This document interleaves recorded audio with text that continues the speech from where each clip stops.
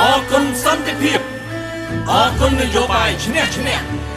ដឹងធំស្ថាបនិកមគ្គប្រទេសឯកនិងប្រតិបត្តិការនយោបាយឈ្នះឈ្នះដែលនាំមកនូវសន្តិភាពនិងការឯកភាពជាតិពេញលេញជ័យយោគណៈបកប្រជាជនកម្ពុជាអបអរសាទរថ្ងៃ7មករាជ័យយោអបអរសាទរជាជំនះ7មករាជាថ្ងៃកំណើតទី2របស់ប្រជាជនកម្ពុជាចងចាំកុនត្រាចាជាប្រវត្តិសាស្ត្រតបសម្ដេចដែលចូលមកឈានទទួលជាជំនះរំលំរបស់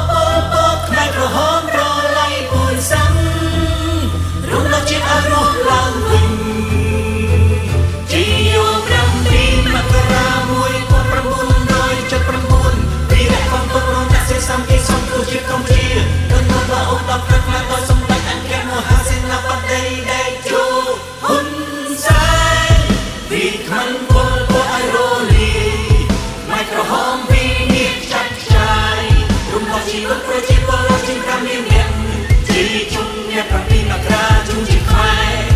យើងមិនអាចភ្លេចឡើយនោះអវជ័យ3ឆ្នាំ8ខែនឹង20ថ្ងៃកូនខ្មែរកូនស្រីត្រូវចាំជាក់ច្បាស់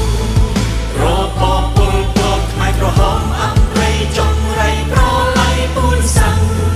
ខ្មែរសូត្រង់ទាំងគ្មានចាំជាង3លានអ្នកត្រូវវាសំឡាប់ធ្វើតែរត់កម្មយ៉ាងខូខើ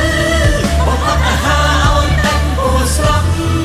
ចង់សាផ្សេងយកទៅសំឡាប់បំអត់គ្មានចាក់បំបែកបំអត់គ្រួសារអរគុណទេវតាប្រទានវិរិយបរងមកជួយខ្មែរជ័យយោទី2ជ័យជំនះ7មករា